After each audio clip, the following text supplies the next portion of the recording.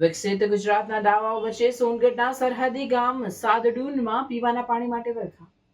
સોનગઢ તાલુકાના સાદડુન ગામમાં વિકાસના દાવાઓ પકડ સાબિત થઈ રહ્યા છે. સ્થાનિક સ્વરાજ્યની ચૂંટણી નજીક આવતા ગામની મૂળભૂત સમસ્યાઓ ચર્ચા જગાવે છે. ગુજરાત સરકાર જ્યારે વિકસિત ગુજરાત અને નલ સે જલ યોજનાની મોટી વાતો કરી રહી છે, ત્યારે તાપી જિલ્લાના સોનગઢ તાલુકાના પૂર્વ છેડે આવેલા અંતરિયાળ ગામમાંથી કાળજુ કંપાવી દે તેવી તસવીરો સામે આવે છે. આજના આધુનિક યુગમાં પણ અહીંના ગ્રામજનો માટે પીવાનું શુદ્ધ પાણી એક સ્વપ્ન સમાન બની ગયું છે. ખાડા ખોદીને પાણી ભરવા મજબૂર ગ્રામજનો સોનગઢના સરહદી ગામમાં પીવાના પાણીની સ્થિતિ એટલી વિકટ છે કે મહિલાઓ અને બાળકોએ પથરાળ જમીનમાં ખાડા ખોદીને કલાકો સુધી પાણી ઝરવાની રાહ જોવી પડે છે.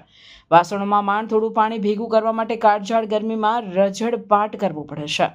શું સરહદી ગામની અવગણના થઈ રહી છે કે કેમ? તાલુકાના છેલ્લા છેડે આવેલું હોવાથી વહીવટી તંત્રની નજર અહીં સુધી પહોંચતી ન હોય તેવું લાગી રહ્યું છે.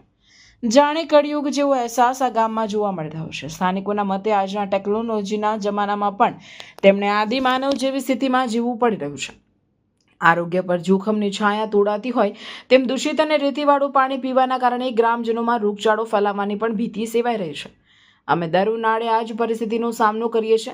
મોટા વાયદાઓ થાય છે, પણ અમારા માટલા હજી ખાલી છે. અમારે 2 કિલોમીટર દૂર નદીમાં પાણી ભરવા જવું પડે છે અને 2 કિલોમીટર પાણી ભરીને ઘરે આવવું પડે છે.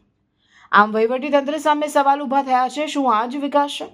એક બાજુ કરોડોના ખર્ચે ઉત્સવ ઉજવાય છે, ત્યારે બીજી બાજુ આદિવાસી બહુલ વિસ્તારના ગામડાઓમાં પ્રાથમિક જરૂરિયાત એવા પાણી માટે લોકો કેમ વલખા મારી રહ્યા છે? તંત્ર દ્વારા યુદ્ધના ધોરણે અહીં પાણીની સુવિધા ઉપલબ્ધ કરવામાં આવે તેવી ગ્રામજનોની ઉગ્ર માંગ છે.